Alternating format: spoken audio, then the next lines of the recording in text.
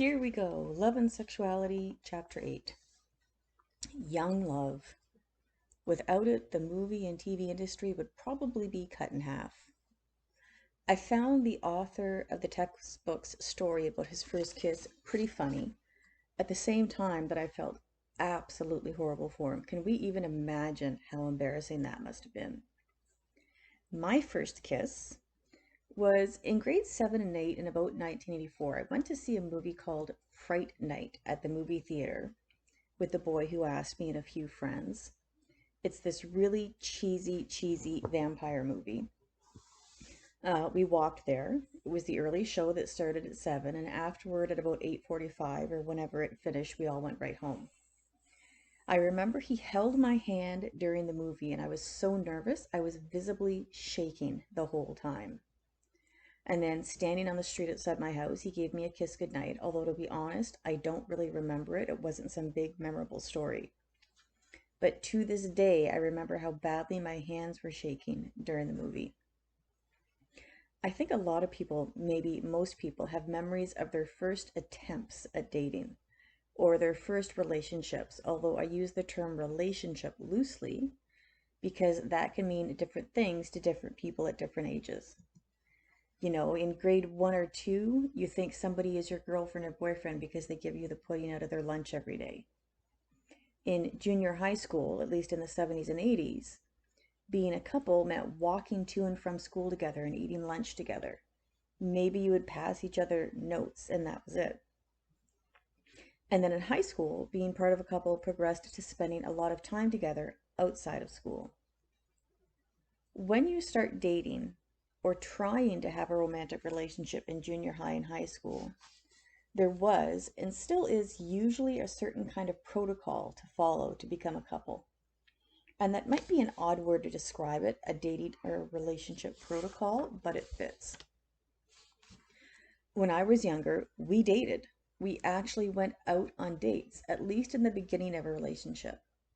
We didn't just hang out with somebody. We were not friends with benefits, although that no doubt did occur. I can't think of a single example of someone I went to high school with who did not date in every sense of the word date. And by that, I mean picking somebody up at their house, usually meeting their parents, although that was not a huge traumatic deal like in the movies. You always had a curfew. That was the protocol, at least when I was in high school and college in the 80s and into the early 90s. But as your textbook points out, this has changed. Now, sure, there are probably some adolescents, probably a lot of them, who still follow this structure. But at the same time, it's not anywhere near as common. Establishing a romantic or even a sexual relationship with somebody during adolescence is now much less formal. It's more relaxed, it's more go with the flow.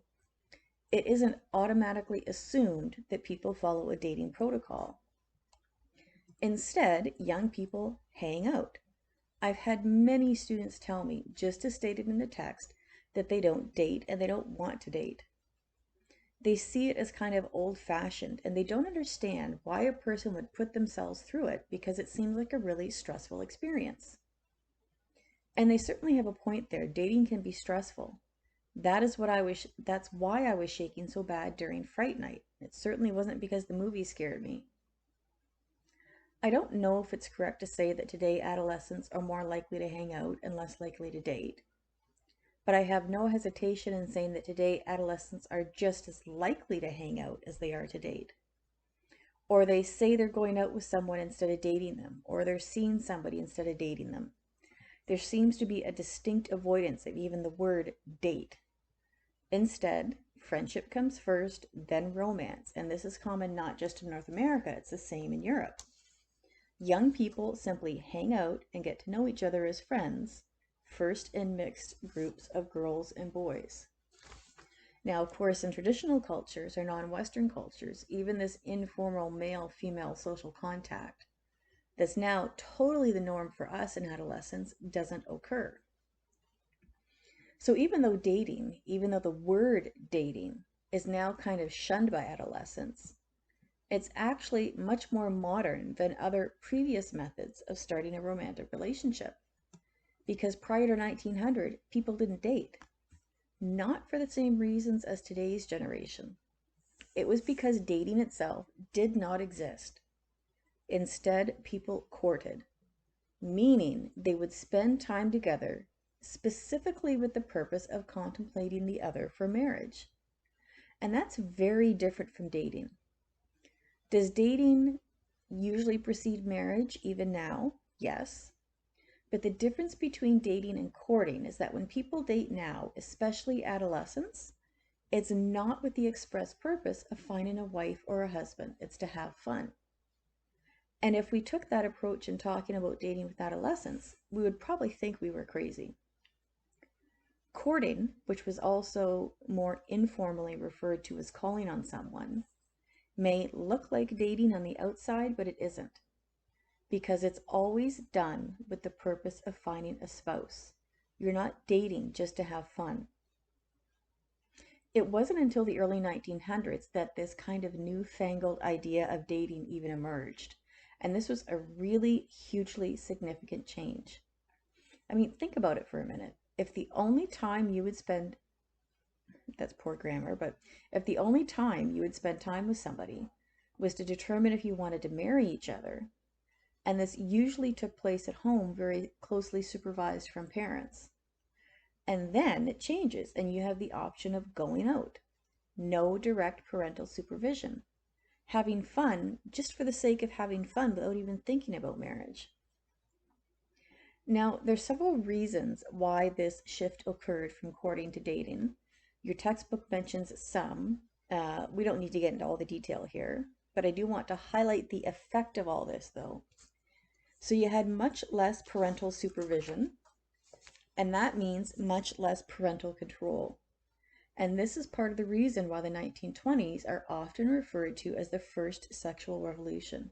We're also used to looking at the 1960s as when a sexual revolution occurred in North America, and that's true. But it started much earlier because of the wider variety of automobiles with tops, which I still find kind of giggly, and women getting the vote, and thus a feeling of greater independence, and a higher percentage of young women working outside the home before marriage, and young men returning from World War I, and young people having more opportunity to be alone together without this direct parental supervision because of the emergence of dating. And something else that the emergence of dating did was that it put boys in the position of having more power than the girls in the whole dating situation. Because it was only acceptable for the boy to ask a girl on a date, not the other way around. And it was always 100% the boy who would pay for everything, not the other way around. I love the quote in the text from a boy during the 1920s when he says, "When a boy takes a girl out and spends $1.20 on her, like I did the other night, he expects a little petting in return, which I didn't get. You know, that $1.20, you got to get something in return." But I'm going to talk more about this power imbalance in a minute. So when we're looking at adolescent love, it hasn't always been approached in the same way that it is now. Now, when we talk about love and sexuality, dating, seeing each other, whatever else you want to call it, what constitutes that changes at different points. When you think about what it means to be dating, what it means to be part of a couple, to be in a relationship, this means one thing at 12, something else at 16, and something else at 18. In early adolescence, there is simply not as much focus on romance as in later adolescence. And this is not just a theory, we know this as fact. For example, your text cites a study called the National Study of Adolescent Health, and this occurred in 7th grade. So in 7th grade, only 17% of kids said they were involved in a romantic relationship. But by 11th grade, that 17% had grown to 44%. Again, keeping in mind that what constitutes a romantic relationship in both these grades would likely be very different, meaning what each person typically expects to do in the relationship would be very different. And even the reasons for having a relationship would be very different. In early adolescence, so we're looking at like junior high, grade 9, a person usually has a relationship with somebody to have fun. Simple as that, to have fun. They also want that close relationship with people. And maybe part of it is because they want to impress the people around them. Maybe you can remember what it was like in junior high school. If somebody had a boyfriend or girlfriend, they were considered really cool. As silly as it seems now, at the time, people who were part of a relationship in early adolescence seemed to be cool because they were doing something older people did, even though the relationship was probably nothing like somebody who was older.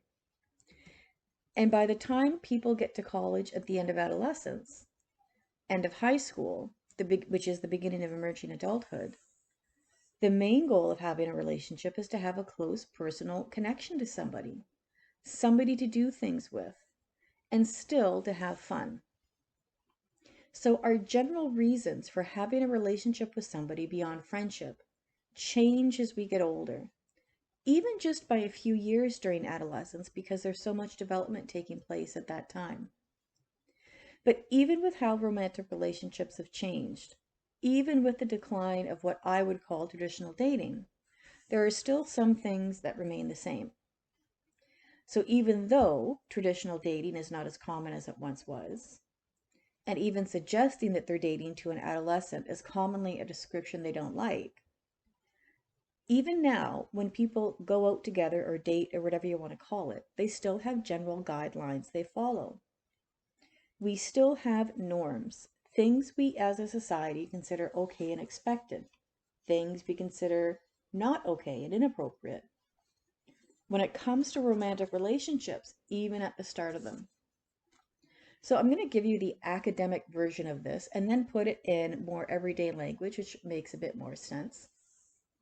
And I'm also going to rely on some stereotypical situations just because it makes everything easier to understand.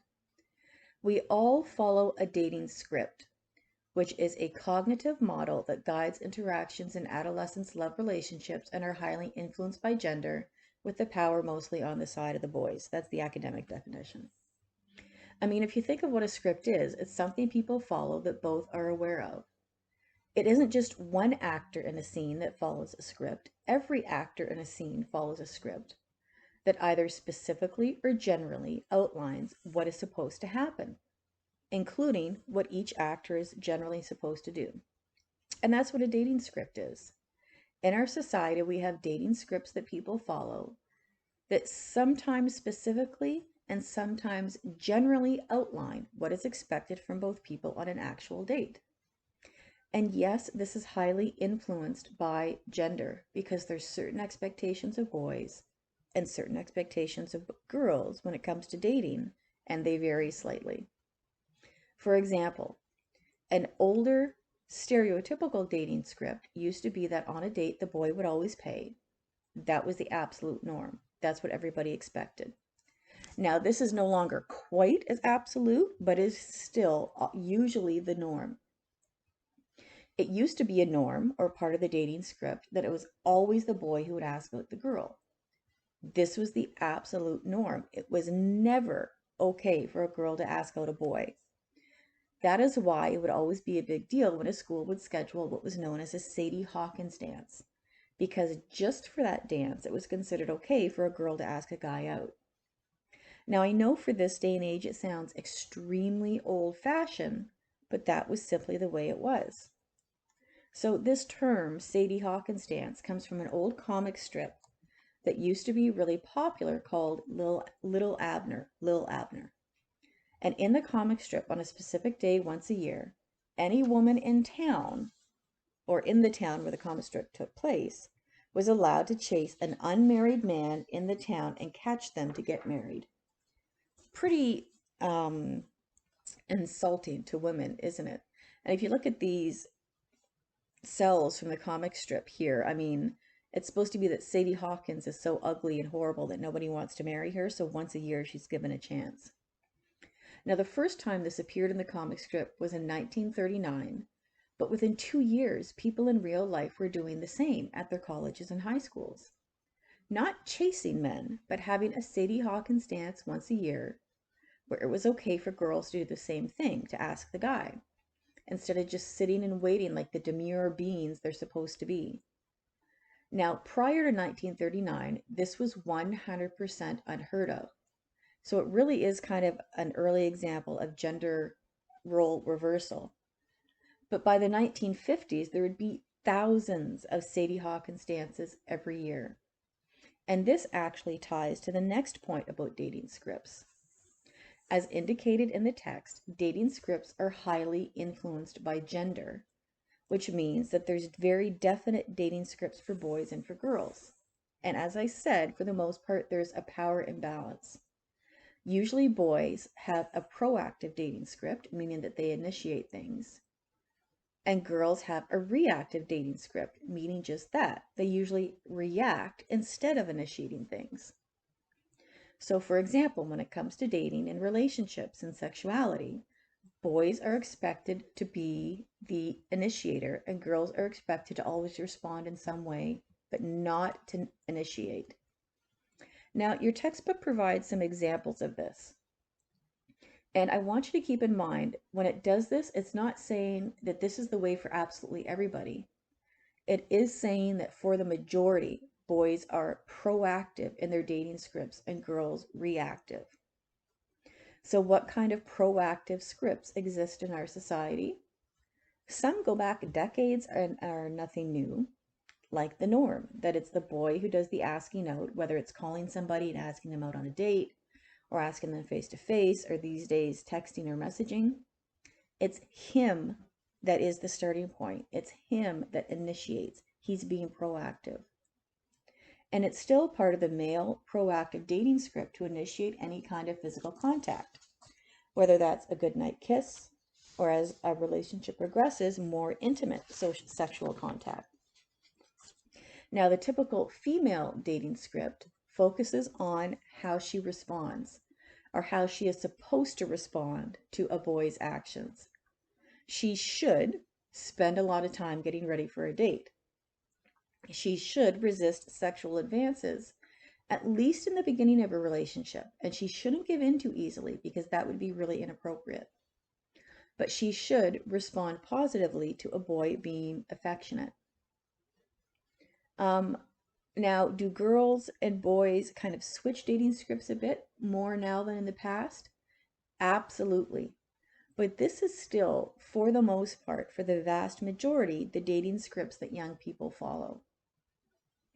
Now, we could get even a little bit more specific than this, or should I say a little bit more general, depending on how you look at it.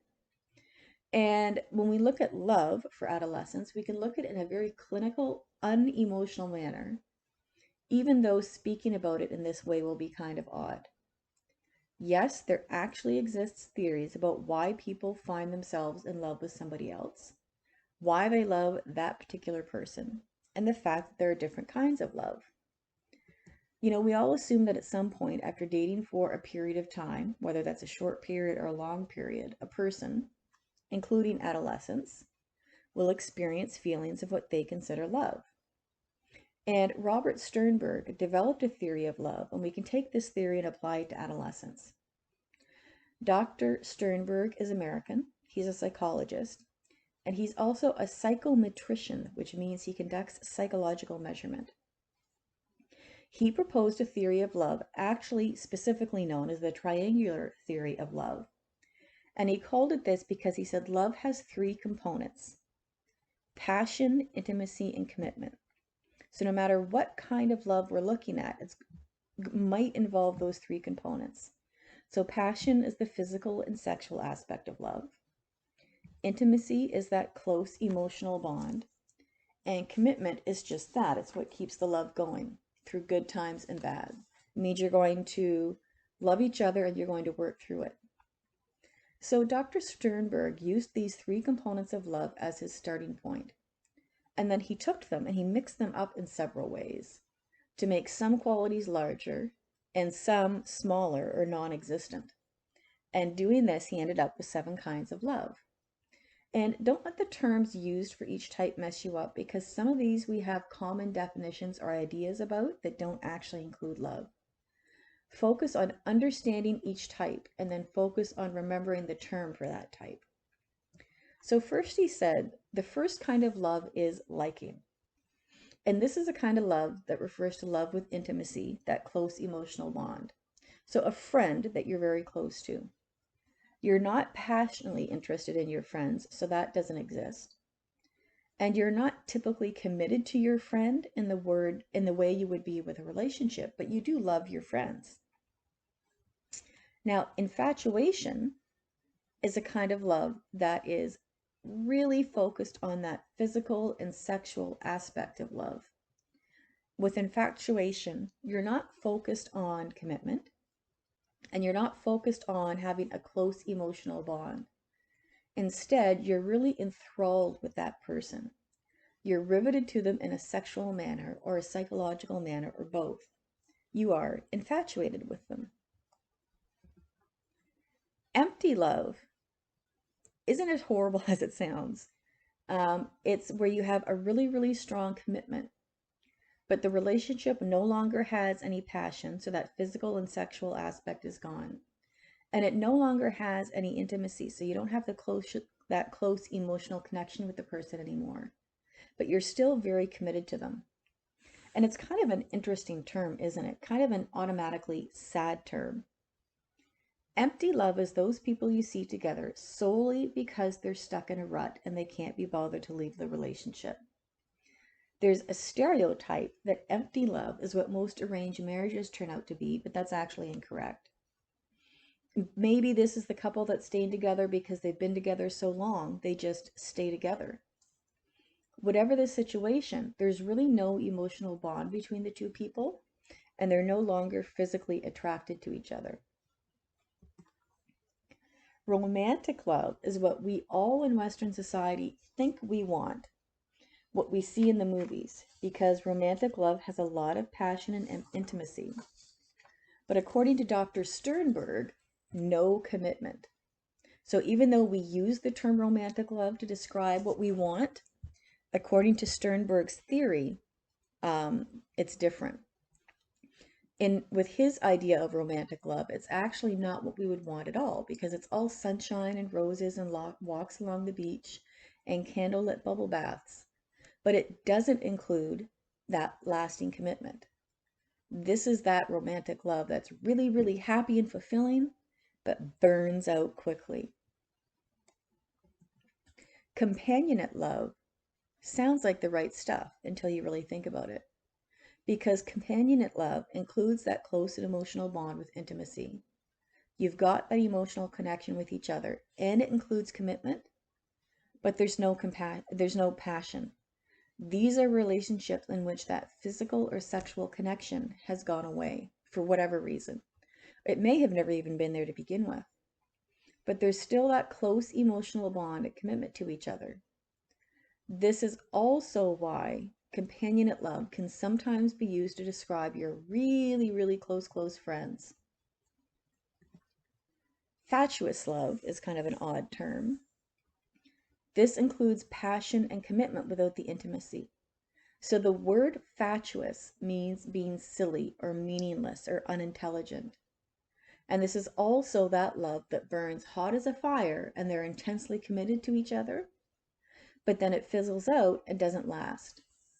These are the celebrity marriages you read about where they meet, have an intense connection, immediately revolve their life around each other, get married a few weeks later, making that firm commitment, that commitment's there, and they're divorced a few months after that.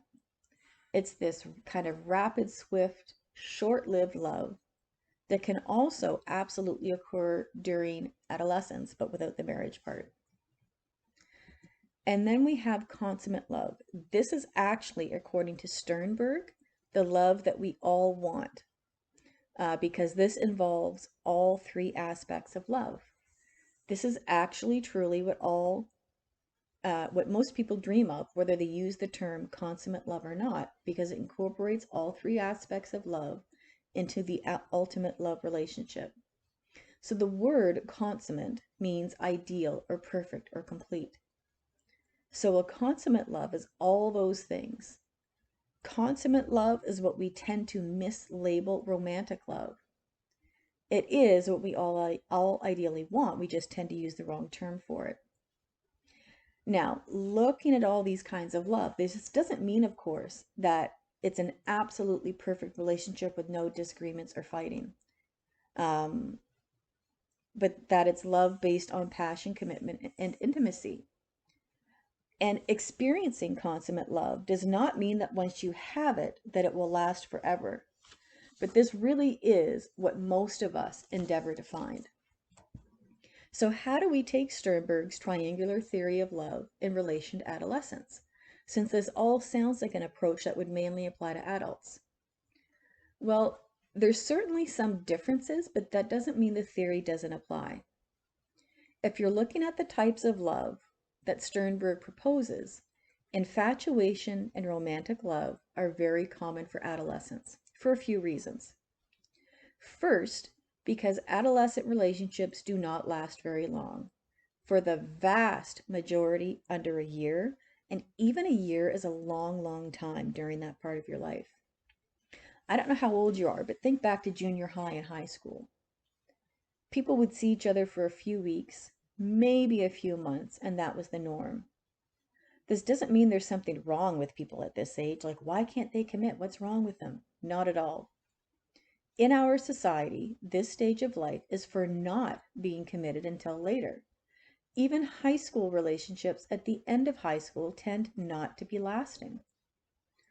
Instead, relationships, love during adolescence tends to include or focus on passion and intimacy, a physical or sexual relationship, and a close emotional bond, leading to romantic love or infatuation.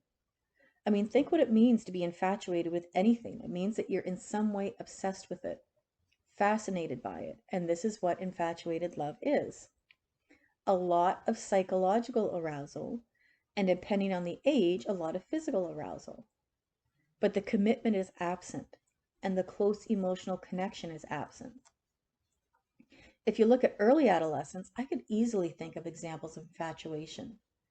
When you see somebody writing a person's name over and over, maybe adding the other person's last name to yours, thinking about them nonstop so you're almost obsessing over them, you are infatuated with them. When an early adolescent does this regarding a celebrity they have never actually met, when they put pictures of them all over the room, it's because they're infatuated with the idea of them. And as time goes on, as it progresses, if we think of later adolescence, we see a lot of romantic love that has that physical and sexual aspect and that intimacy. But the vast majority of the time, it still lacks sustained commitment. Now, I can just imagine that if I said this in front of a group of teenagers, particularly a group of teens who are in what they considered long-term relationships, they would be very offended. But the fact is, what it means to be committed in adolescence is very different from what it means to be committed in adulthood. It is very, very, very rare for two people in a relationship in high school to stay in that relationship, get married, have children, or however they want to live their lives. It happens, but looking at the numbers, it's very rare.